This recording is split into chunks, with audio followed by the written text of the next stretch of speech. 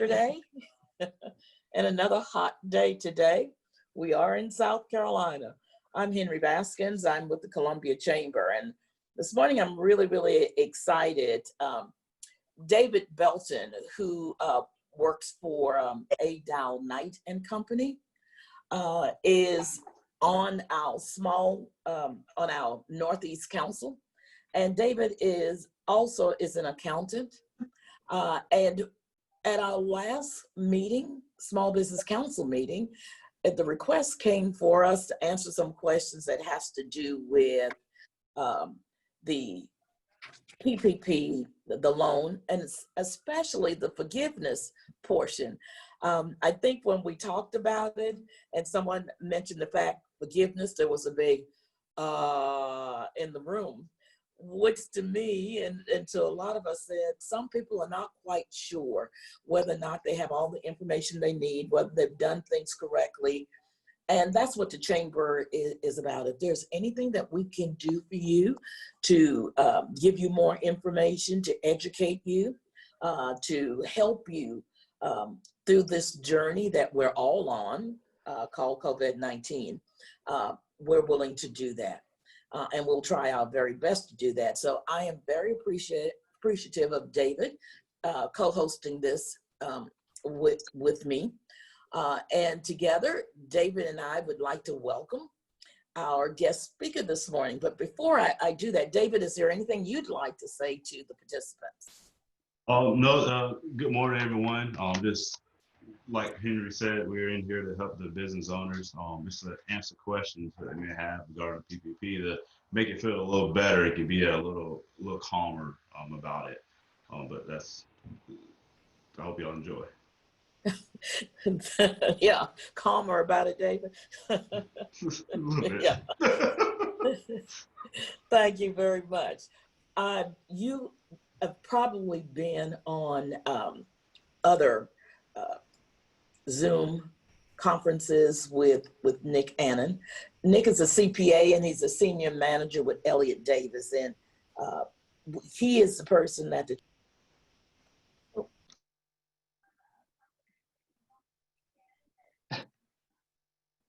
Henry, you're muted. Oh, yeah. Henry, unmute yourself. I don't know. Someone unmuted me. That Nick is the person that we go to when we have questions about CPA type questions, or PPP or CARES Act.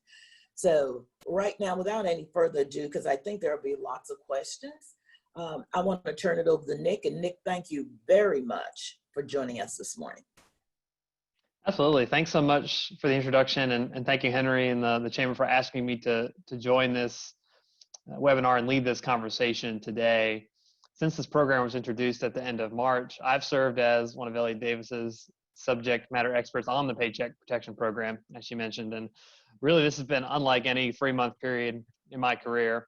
And just when we feel like we've got this program under control, that it's settled, some new wrinkles introduced that we have to figure out and deal with. And fortunately, as the program's gone on, it's really gotten easier to navigate and to obtain forgiveness. And that's good, as obviously we've continued to grapple with the effects of the coronavirus pandemic, which still has its grips on us. The application to obtain the PPP has been extended through August 8th. Of the $650 billion that was allocated to the PPP over those first 2 funding waves, there's still $130 billion left. We'll see what happens, in the coming weeks with the next round of COVID stimulus bill is being discussed and negotiated right now. And certainly I think we're looking forward to maybe hearing some news on that, basically in the next 24 hours, I think. And maybe Henry will have some news for us on that later. So we'll cover some of those updates later as well. There could be some very interesting developments there. So really in the course of the last few weeks, we've received 2 new versions of the forgiveness application and some new final interim rules. And all of these help make some significant and, again, borrower-friendly changes to the program, and some almost guaranteeing forgiveness depending on your situation. So that's all to say, make sure you stay up to date with the guidance. Talk to your banker, talk to your CPA, talk to your HR and payroll company.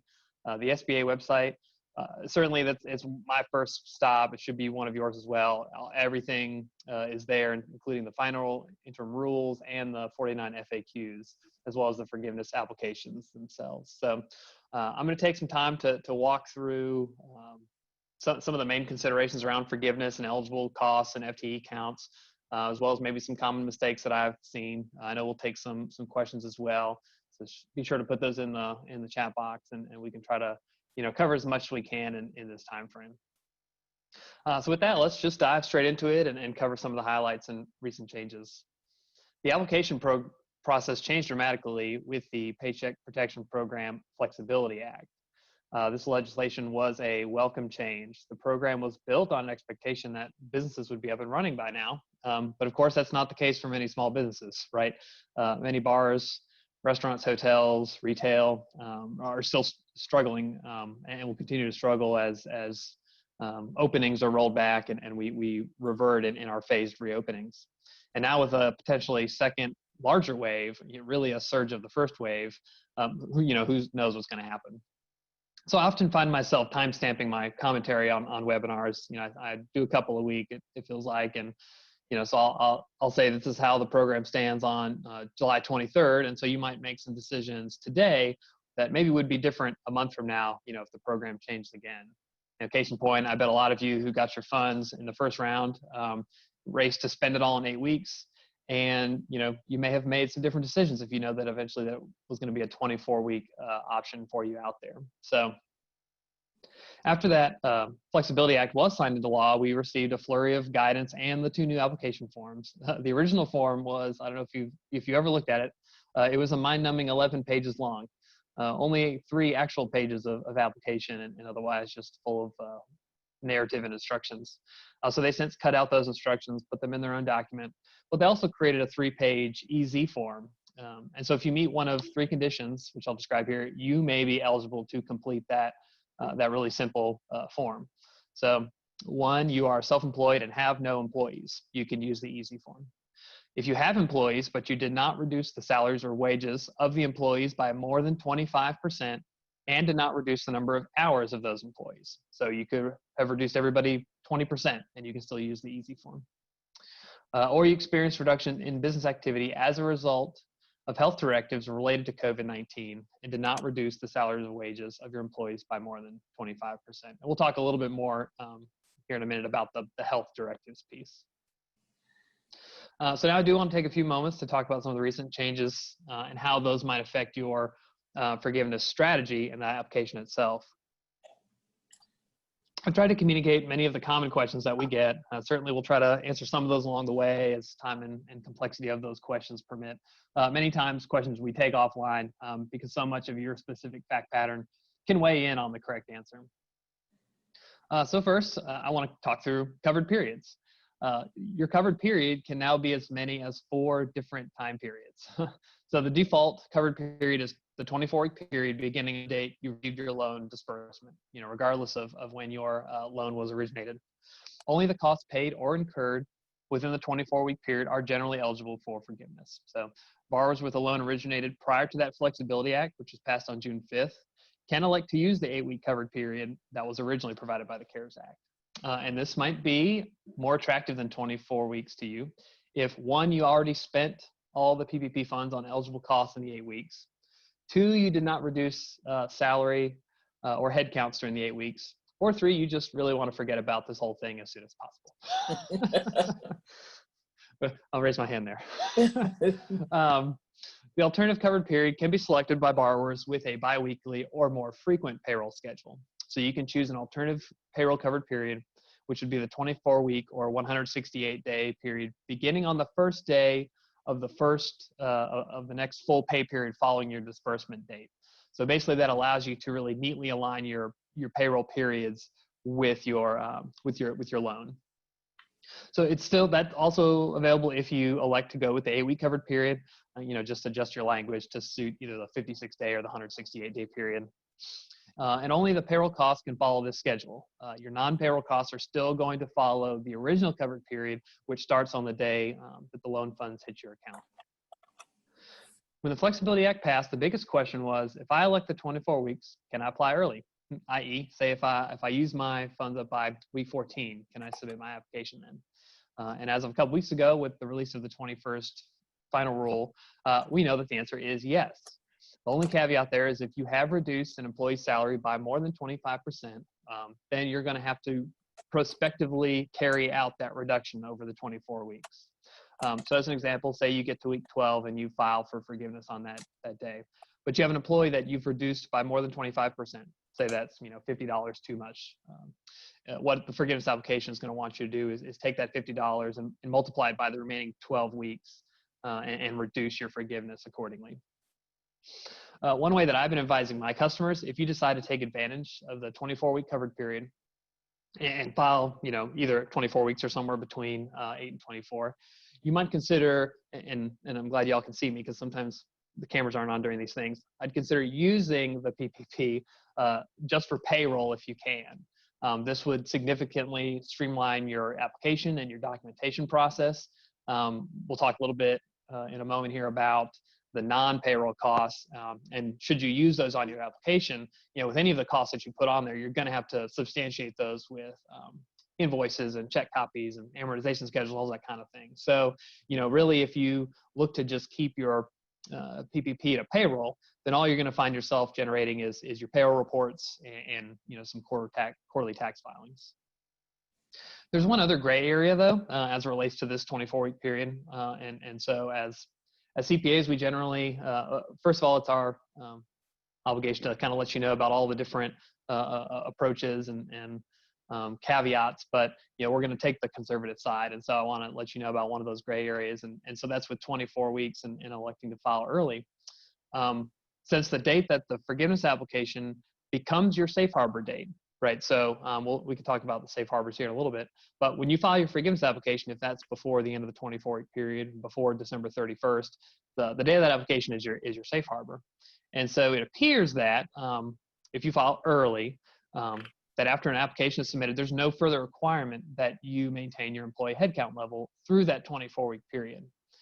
So if the borrower maintained the same number of employees and the same pay rate for those employees through the date it files the forgiveness application, or restored headcount levels and pay rates using the safe harbor, then there would be no reduction in the amount of loan forgiveness. So you could file early and say that a few weeks later, business conditions necessitate, furloughs and layoffs, and it looks like you could do that. So we don't know right now if anyone would come back in a few years to ask to see that data and would penalize you if that had been your situation, that you furloughed after your application date. Certainly your bank's not going to come back because as soon as your bank evaluates your forgiveness application, they want to be done with it. So it probably would really only be the SBA. So just keep that in the back of your mind with this entire program. Absent further guidance, we just don't really know. And that no matter how easy they make the forgiveness process and that application, that you need to use the funds as intended and keep all your documentation. The SBA could come knocking at any time in the next few years and want to see that. So with that, I'd like to move on to real quickly talk about the terminology of paid versus incurred. So the application instructions provide that payroll costs are incurred on the day they're earned, and they provide additional flexibility by allowing payroll costs incurred for your last pay period of your 8 or 24 weeks to be eligible for forgiveness as long as they're paid no later than the next regular payroll date. So also keep in mind that payroll costs are considered paid on the date that the checks are distributed or when you originate the ACH transaction for direct deposit. For non-payroll costs like mortgage interest, rent, utilities, for those to qualify for forgiveness, the expenses must either be paid during the 24-week period, 8 or 24-week period, or incurred during the 24-week period and then paid by the next regular due date, even if that due date is outside of the 24-week period. So as an example, if you had a rent bill that was incurred during the period, so say your period's going to end at the end of July and you haven't paid your rent yet, or say your period was ending today rather, and you've got that rent bill, you can pay it in the next few days before the end of the month, before that next rent invoice is generated, and it can still count towards your forgiveness. So where you're likely going to spend most of your time with forgiveness and that application is going to be with one of the pages with salary tables and FTE calculations, and FTE means full-time equivalency. So with the forgiveness application, again, the two tables, one is for employees The first table is for employees who make under $100,000 annually, and the second table is for those who make over $100,000 annually. Just a quick note, you can pay employees over $100,000, but you can only get forgiveness on the annualized amount up to that limit. So, if someone makes, 150, 200 plus $1,000 a year, that's okay. You can just only count a certain portion of that towards the forgiveness. If you have more employees than will fit on those tables, you can of course attach extra pages, but do not include independent contractors, owner employees, self-employed individuals, or partners. Those go in a separate line we'll discuss.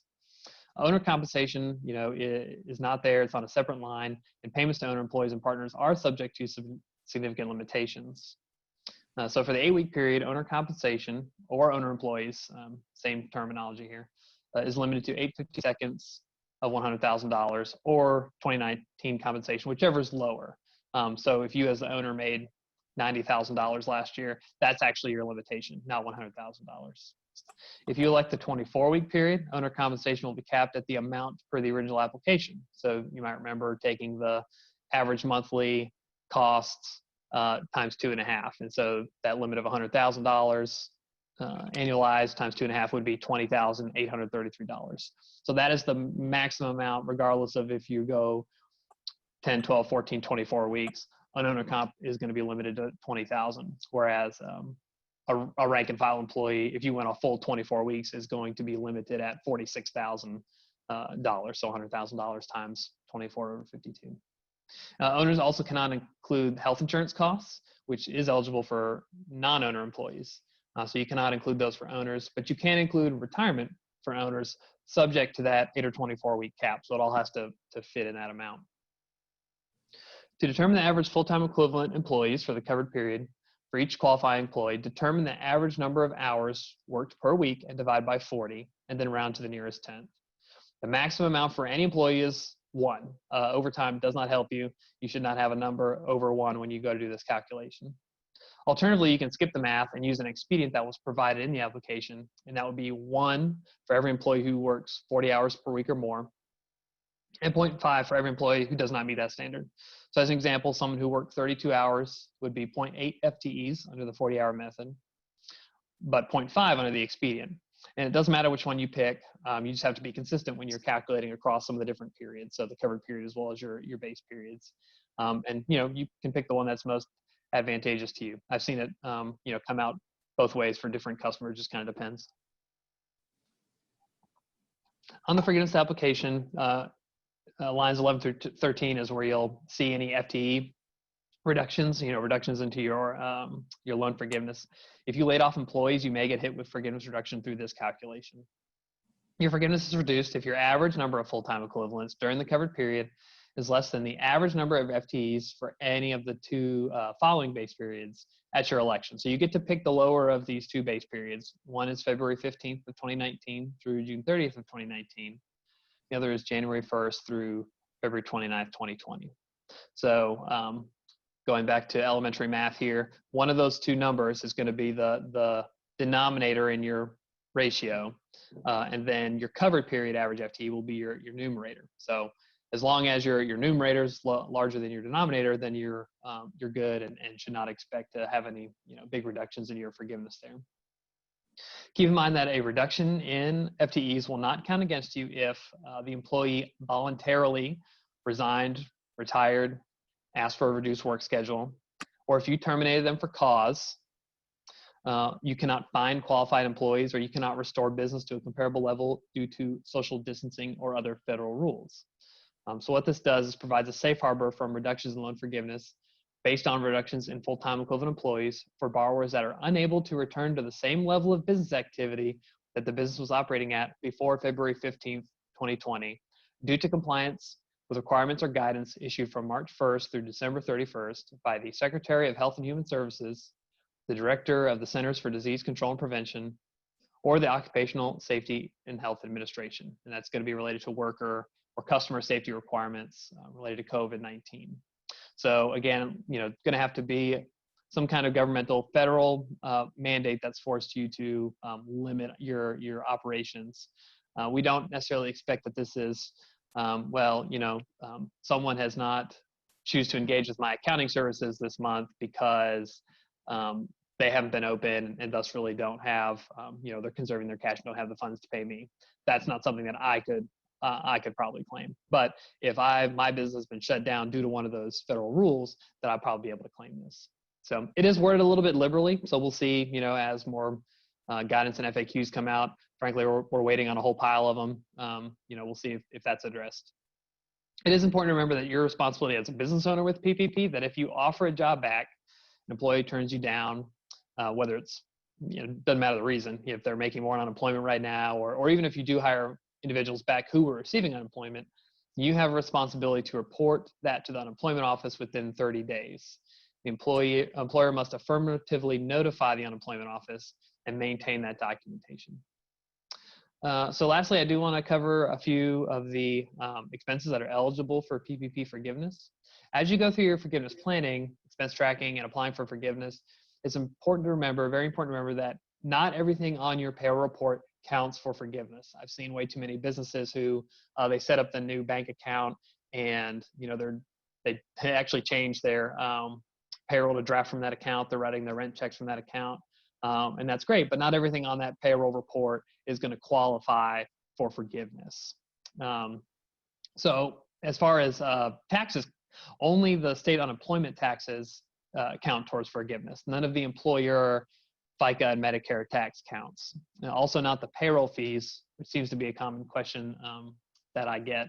And I know that sounds counterintuitive. Obviously, the employer taxes that you pay are a cost of employing your workforce, but that's just how the law is written, so don't shoot the messenger. Now, you do get to count gross pay of employees, which, is going to be salary, hourly vacation, sick bonuses, and even payments for separation. So obviously in those gross wages are an employee's portion of obviously their income taxes, but also some FICA and Medicare taxes. And those are fine because they're part of that gross pay, but just not your employer portion. I would give a word of caution. We'll talk a little bit about documentation later, I think, but a lot of payroll companies are generating custom reports to help you with this. And so I would just say, make sure that you check over those carefully. Even just last week, I saw a payroll company that was improperly calculating the amount for forgiveness. They were netting out all the taxes. And so the situation I'm describing specifically, had this owner not come to us and let us look at these reports, he probably wouldn't be qualifying for full forgiveness on his loan. He might have, missed out on a good chunk that would have turned into a loan. So important to really closely look at whatever, is coming out of your systems, even if it's third party. There's also some eligible non-payroll expenses. And some of those things have actually been added since the program started. So we knew first, obviously, that you could count mortgage interest, and now that's been added to personal property as well. So not just real property. This is not working capital lines of credit. These should be loans that were obtained for the real and personal property. And with any of these things, any of these non-payroll expenses, they need to have been obligations on or before February 15th, 2020, and you'll have to be able to prove that. Leases on personal property are now acceptable as well. So we knew your building rent was, but now also your personal property. So if you're leasing things like vehicles or copiers, I would certainly consider adding those in. Next is qualified utility payment. So these are, your traditional utilities like water, sewer, and gas, but it's also telephone and internet and transportation costs. It looks like, there's been no guidance to say cell phones are not eligible. So certainly if that's a business expense, I would consider adding it in. Transportation costs is similarly vague. I'm surprised we haven't seen any FAQs on this yet, because I think this is one of the biggest question marks that I keep hearing. So, if you have a fleet of vehicles or other fuels that are being used in transportation in your company, I'd consider including that. I talked to the customer who they have a number of tractors on their property, and they use that on the actual property to move product around, and they're going to plan to include that. So again, with any of these, it's going to be important that these were obligations, things that you were paying on February 15th or earlier of this year. So if you've never paid for cell phones before, it is really going to be hard to claim it now. With any of these, you're going to have to prove it. And you can do that with signed lease agreements, mortgage documents, as far as utilities and telephone and internet, if you've got billing statements from before February 15th, that'll work as well. With the Flexibility Act, borrowers can now spend up to 40% on the non-payroll costs. It was originally 25%. And if you use less than 60% of the loan for payroll costs during the covered period, you'll continue to be eligible for partial forgiveness, subject to that 60% having been used for payroll. So your forgiveness is going to scale according to how you use the funds, payroll versus non-payroll. So as an example, if you had a $100,000 PPP and you spend 50% of that, or $50,000 on payroll expenses, then the maximum forgiveness that you can achieve is $83,333. So just keep in mind that 60-40 split. To be clear, you can use the entire loan for payroll.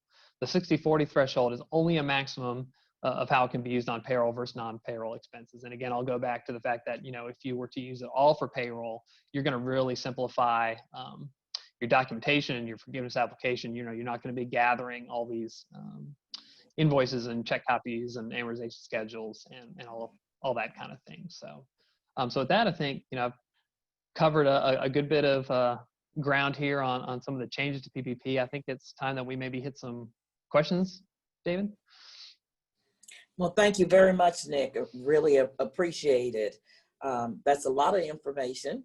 And some of it we've heard before, but you explained it quite well for those of us who are quite novice at this. As I said, David is on our Northeast Connection group council, and David is also an accountant. And David, I know that there are quite a few people who come into your offices and have questions, and I'd love for you to share that so that Nick can elaborate for us. Right. So that is so true with a lot of business owners and questions they have regarding PPP. One of the questions, when you receive the loan, because a lot of the business owners, they have an internal bookkeeper. How should they record that on the financial statements? Yeah, that's a great question, and one that I think gets kind of forgotten about and overlooked. And so depending on your accounting ecosystem, there are a number of ways to track how that might be spent. You can even track with a spreadsheet, or again, mention some owners having that separate bank account, and that's their tracking mechanism. So accounting wise though, your PPP loan should be recorded initially as a liability on your balance sheet. It's a loan, and it stays there until such time that the bank reviews and approves your forgiveness application. It's important to remember that simply paying expenses does not reduce your liability. So don't, code expenses against that loan. And from an accounting principles perspective, there's an argument that a nonprofit could account for forgiveness as a conditional contribution if they fulfill requirements of the program and then reasonably expect for forgiveness. Otherwise, income is recognized when the bank legally releases that debt. So upon forgiveness, the forgiven debt is reclassed to other income on your profit and loss statement. Really key here, do not net your income and expenses. You really still want to see on your financial statements gross income and expense.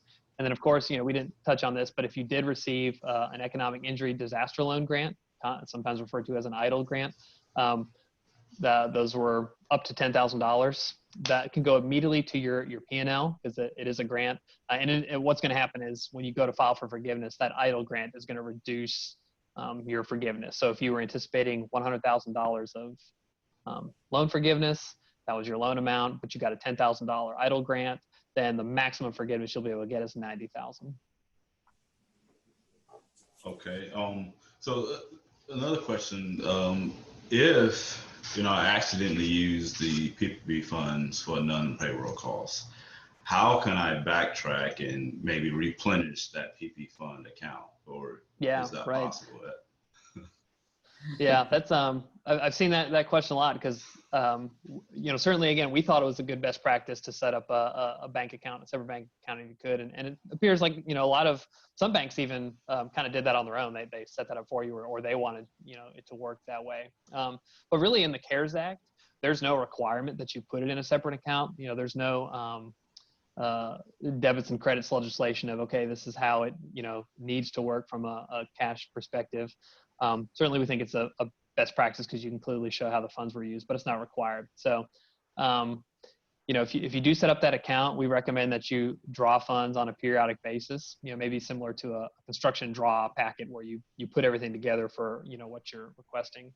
But honestly, your funds aren't really truly used until you apply for forgiveness. So, if you are using that bank account, that separate account, that's your mechanism, certainly you can transfer those funds back and forth. Okay. So if a client elects to use a 24-week period versus the 8-week period to utilize the PPP funds, can they only apply for the loan forgiveness after the 24 weeks has passed, or can they apply when they have utilized all the funds? Yeah, so absolutely. You can apply as soon as you're satisfied that you've used all the funds. And in fact, in some cases, it probably is better to file early, especially if you're anticipating, maybe a few weeks down the line, things could get dicey and you may have to furlough employees if business kind of continues the way it is. So you can absolutely file early. The SBA and Treasury has explicitly said you can file early as soon as you've utilized all those funds. So yeah, absolutely. Okay. Henry, do you have any other questions? David, I think I like where you're going, so keep going. You had a few others. I think we had some of the same questions, so I'll let you ask them. Okay, so if I have a CPA, what documents should I provide to them to start that forgiveness application? Yeah, right. So for your accountant to help you with this forgiveness, you're going to want to gather everything that you would need anyway for the bank, and it's it's a substantial list. Everything that you need for the bank is listed in the instructions to the application, so definitely take a look there. I think it's actually pretty straightforward, even though it is a little bit wordy. First I would say if you're using a reputable payroll vendor, check in with that rep to see what reports and assistance are available there. So I mentioned a little earlier that some are creating customized reports. Most of them I've seen have been good reports. Only a handful here and there have been the ones I mentioned that maybe we're still calculating some things improperly. But the payroll reports will come in handy when filing that application. Bankers have essentially been told that they can perform more of a cursory review of the forgiveness application if it's accompanied by reports from a reputable payroll vendor. And before anyone submits that question to the chat box, the SBA has not defined what a reputable third-party payroll vendor is. But you will need to provide potentially those customized PPP reports, at the very least payroll data for that covered period. So, however many payroll periods you have that you're going to claim on your covered period, you would need those, the FTE data for those periods, and support for your non-payroll costs. So, whether that be those check copies, invoices, amortization schedules, bank statements, your CPA can use those to help you kind of plan out and get ready for the forgiveness. Yeah. We do have a question from Ed Winslow. Ed asks, are there any percentage of lost revenue measurements involved in forgiveness calculations? That's a good question. No, there's not right now. There's none. And, really, as we talk, hearing a little bit about what could potentially be on the horizon, any revenue testing, may be applicable with a future PPP program. So as it sits now, there's not one for this program, and they can't, one thing that's been very clear about the audits, and so I don't know, if there's many people on this line here that have a loan of $2 million or more. The SBA has said those are the loans that they are going to for sure audit, and they may do some under that amount as they choose. But all they can really do is hold you accountable to the rules of the program when you applied, right? So when you apply for the PPP, there was no revenue loss test, and so it's not anticipated that that's something that they could put on you now. Good. Any other questions? Just drop it in the chat. Nick, when is the forgiveness application due, and what happens after you turn it in? Yeah, so the application is due 10 months after the end of your covered period. If you do not submit it by that date, you'll have to start making loan payments. You can actually submit your forgiveness application after that 10-month period, but again, you will just have made some loan payments at that point. And so once you submit it, the bank has 60 days to review it and evaluate and opine on your application. So they can do one of three things. They can approve it in full, they can deny it in full, or they can deny it partially. If you disagree with their assessment, you have the right to appeal within 30 days to the SBA. and then the SBA has 90 days to review that appeal. In the end, the loan term for anything that's not forgiven is either a 2-year or a 5-year loan, depending on when you got your loan. So the 5-year term applies for any loans that are originated after June 5th. It's not this is one thing that's not retroactive. So if you have a loan from before June 5th, your term is 2 years unless you and your bank mutually agree to make that a 5-year term.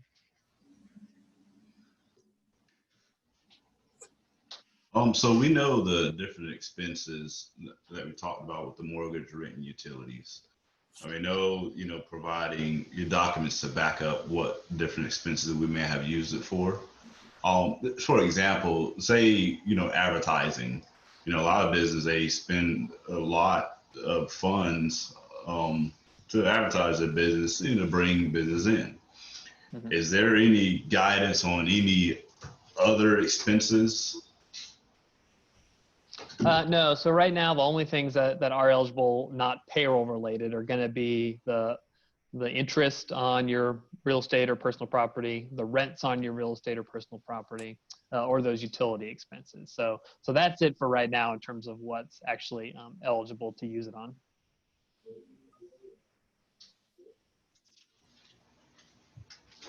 Any other questions?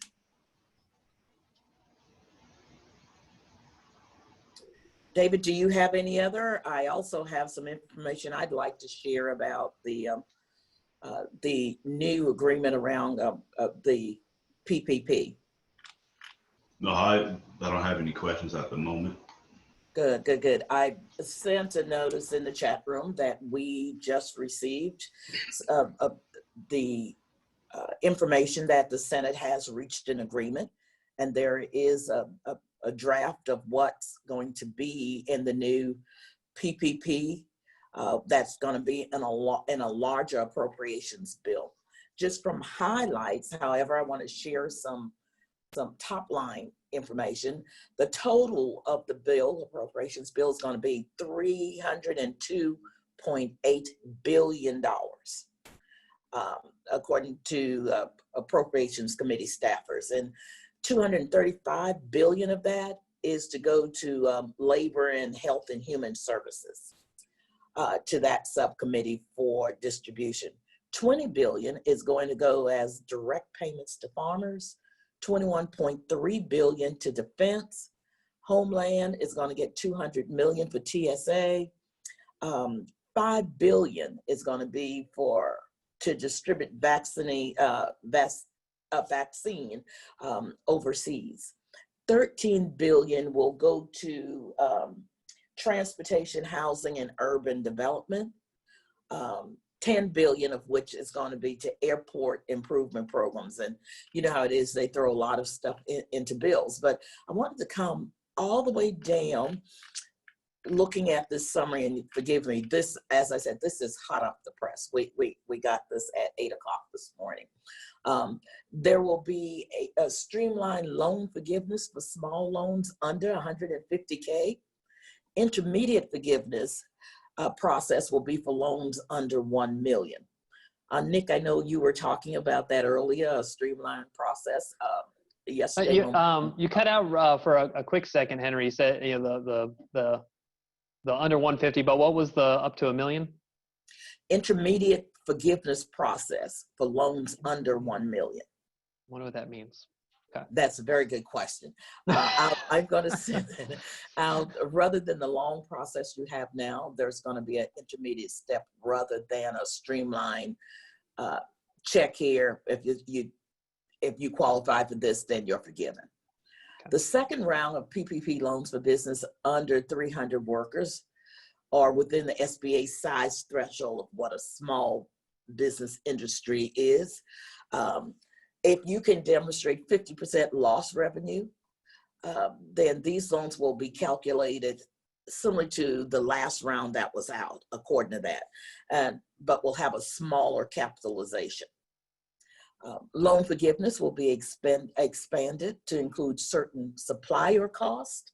You were just talking about what could be in there. I thought this was interesting. Certain supplier costs is going to be in there, certain other operating expenses, and damage caused by rioting Interesting. will be in there. There will be a more generous PPP calculations for farmers and ranchers on their gross 2019 income.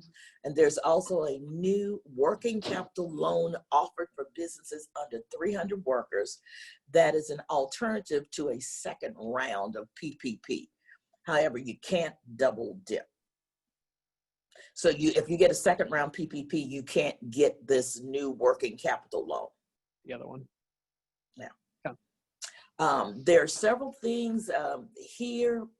There's a question that just dropped in from Robert Parsons. Mm-hmm. Will the forgiven PPP be subject to tax? Yeah, that's a good question. Yeah, right now that was one of the fun curveballs. I'll remember that day. The intent of the program when they came out was, frankly, it was a double dip. The intent was that you could get this loan forgiven, but that wouldn't be an income, and you would have deductions. So that is mathematically a double dip. But then the IRS came out with, they dug up whatever support they could to basically say, well, that's fine. The income is forgiven. It's not taxable when it's forgiven. But the expenses that you've used towards that income are not deductible. So currently, whatever you use towards the forgiveness, whatever is forgiven, those expenses cannot be deducted on your return. And I'll be curious to see maybe when more of this comes out, Henry, on that bill, if they've addressed that at all, because there were a number of congressmen and senators that said, well, what the IRS said is contrary to what their intent was with the law. So right now, it is subject to tax. Essentially, you will not get to deduct the expenses.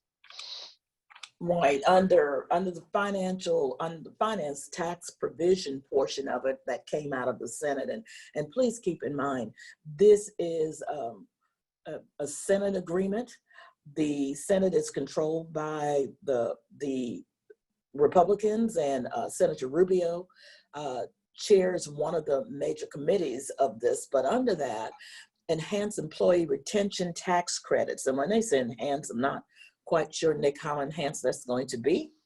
The tax deduction for employer purchases of testing, PPE equipment, and certain other supplies, that will be tax deductible, and increasing the business meal deduction from 50% to 100%. I would like some further explanation on that. Well, I think the idea behind the meals deduction going up to 100% is again trying to drive business back to our restaurants, right? Yeah. I mean, so if a business knows, well, I can go True. take my staff or my customer, whomever out to lunch, and I can write off the whole thing now. That maybe that'll kind of spur some economic activity there. And that would be great to do. One of the things that's come up quite a lot is whether or not they were going to address liability reform. The Columbia Chamber has been pushing the state legislature to do something about it. If someone comes into your business and leaves and then files suit and says that they contracted COVID in your business, is there any protection for you at all, especially if you followed all of the rules and regs that were there. Under this new proposal, there's an exclusive federal cause of action. That means you have to have a cause of action to apply for the litigation. To prevail, if you're a plaintiff, someone filing suit, you must show that the defendant or the business was grossly negligent, or that they willfully engage in conduct or misconduct that violated any of the health guidelines. And that's one of the things we've been looking for, is that if a business does everything it knows to do, right now they are still liable for a liability cause action and could lose in court. With this protection, and hopefully it get final approval in the House, with this protection for businesses, I think they will breathe a little easier. I wanted to highlight one of the kind of interesting statistics around loan forgiveness. And so you mentioned one of the pieces of this agreement, this draft legislation, is that, okay, we get simplified or kind of fast track forgiveness, blanket forgiveness on loans under $150,000. That's something we've been expecting for some time. And a number of the banking groups have been advocating for this for the better part of 2 months at this point. And it's funny, because I don't know if y'all spent much time on webinars like I have, just talking around in circles about the forgiveness process. And so for those borrowers under 150,000, kind of negates all that time that you spent. So I don't know what's specifically in there, but it's been mentioned before that would basically kind of be like a one-page form to the lender, basically saying, that you used it as you're supposed to, and everything's fine. And so the lender would be held harmless by that form. And so any enforcement action would go against the borrower if that attestation contained falsehood. So you would still need to keep all your documentation. So really important to remember, if this does come through and you get blanket forgiveness on your loan, you should still have documentation that you keep. It doesn't get you out of that. I think the reason why they chose this threshold, PPP loans of $150,000 or less account for over 85% of all the approved loans. So just a count of loans. So a huge share of the total loans, but it's only about 25% of the actual funds that were delivered. So really what's going on there is the cost of compliance. Some groups and senators have estimated that the cost of applying for forgiveness for a PPP loan of around this size is about $2,000 for a small business, and about $500 for the lenders. And so under those numbers, this legislation, if it goes through, it could save small businesses over $8 billion and could save banks over $2 billion. But, unfortunately, no one can compensate us for the amount of time and grief that we've shared on this program. Right. There was a question that I missed from that asked, can the lease of an owner's vehicle be included as a non-payroll cost? Yes, so that's a non-payroll expense, and there's no owner limitation on those. So again, going back to the fact that, has the business been paying for that lease since before February 15th? If that's the case, then that's acceptable. Good. David, do you have any other questions?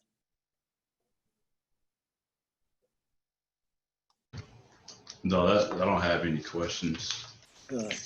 I'd highlight one other item, if you folks aren't aware of this yet, potentially. If your loan is over $150,000, you should know that your company name, address, NAICS code, the number of jobs you supported, and your lender, as well as a loan bracket, are now public information. So if your loan is over that amount, your name is out there. It was released on July 6th. And so your actual loan balance was not disclosed, just the bracket where it falls. And so those brackets are 150 to 350,000, 350,000 to $1 million, $1 million to $2 million, and $2 million to $5 million. So hopefully now I think a lot of the fervor over that has died down. Maybe you were contacted by reporters wanting to write stories. Certainly if you do, I would recommend that you don't agree to be interviewed, but if you do, feel like you need to comment, maybe just provide a few sentences. For those borrowers that were over $2 million, just a few more statistics for you. So there's been over 4.6 million PPP loans. Less than 30,000 of those loans are for $2 million or more, so 0.6% of the count, but 20% of the loan volume. So again, that's where the SBA, one of the smallest, if not the smallest federal administration, is going to focus their time in audit efforts. And so if you've got a loan of that amount, and again, I don't know if anyone on here does, just make sure that you're narrating, you're documenting your decision around applying for the funds, because what they're going to want to look at is your needs certification is going to be a big piece of that. And so, obviously you didn't know when you applied for the funds what was going to happen over the next 10 months or 10 weeks. But you can document what was going on in your business at that time. How did you come to apply for it? Did you engage in furlough salary reductions? Did you even think about doing those things? It's going to be important to kind of put all that together. Right. There was one question I thought of. What's the difference between the EIDL loan and the grant? Because we see, notice Good that some business question. owners are getting both. And so you have the The loan, difference then you there. have a grant, right?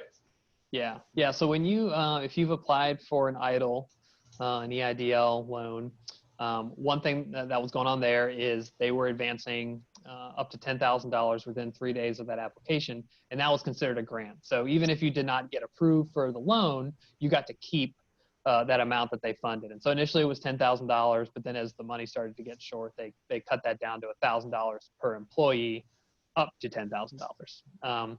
So later you potentially could have gotten obviously that loan itself. And so, that loan stays a loan. It does not become anything forgivable. I believe it's got a 30-year term, and I'm trying to remember the interest rate. If you're a for-profit, I believe was maybe 3.75, I think was the interest rate. And then for nonprofits, it was sub 3, like 2.75. And so that'll stay a loan. But that grant of up to $10,000 is yours. But again, you'll if you've got that grant, it'll reduce your PPP forgiveness if you've got that. And so, theoretically, then you could have a $10,000 loan at 1%. So at the end, you would still be paying once it reduced their forgiveness. That's right. Yeah, if you've got that EIDL grant, there's going to be a certain amount that you're just not going to get forgiven, and it's going to be the amount of that grant. There was a question that came in email form from Selena Carlone, and if I mess up your last name, please forgive me. She says that after working with someone about a PPP flexibility act loan and the easy forgiveness application, she talked to her loan provider and asked whether or not she should extend to 24 weeks from the 8 weeks. And his response was, there are some catches to extending up to the 24 week period. She wanted to know, what are those catches that he's referring to? I mean, the catch, there's really not. I mean, except for the one that the two catches that I outlined a little bit earlier. One was if you had reduced any employees by more than 25% and you file early, that reduction past 25% is going to get carried out the full term, right? So if you've reduced a lot of folks and you file early, that could be an issue for you. And then the other was kind of that gray area where we don't know if you say you apply at week 12 and then at week 16, you're like, well, got to shut the doors right now. Got to lay off everybody. The gray area we don't know is, would the SBA come back, in a few years and say, hey, what happened here in week 16? You don't get all this loan forgiveness. You've laid off all these people. Certainly what it looks like, again, is that when you file that application early on 24 weeks, that becomes your safe harbor date and the game is over at that point. But I think we really do need maybe some guidance on that piece. Hopefully that's an FAQ that'll be coming soon. Hopefully. Is the application different between the 8 weeks and the 24 weeks forgiveness? Nope, it's the same. It's actually a box on the form that you'll elect. Okay, good. Thank you. Any other questions? Yeah. Well, I want to thank you very much. It was mentioned before that this particular program came about because wholeheartedly the members of the business community on an event that we had earlier last week or the week before wanted to know more about PPP forgiveness, the loan forgiveness. We want to be really responsive to the business community. And if you have anything else you want us to talk about that will help you protect your business, grow your business, or educate you on how to be a better business owner, please reach out to us and we'll get the experts like Nick on board and help us with explaining it to you. I'm going to turn it over to Audra now. Audra, if you have any information on what's coming up with the chamber that you would like to share, take it away.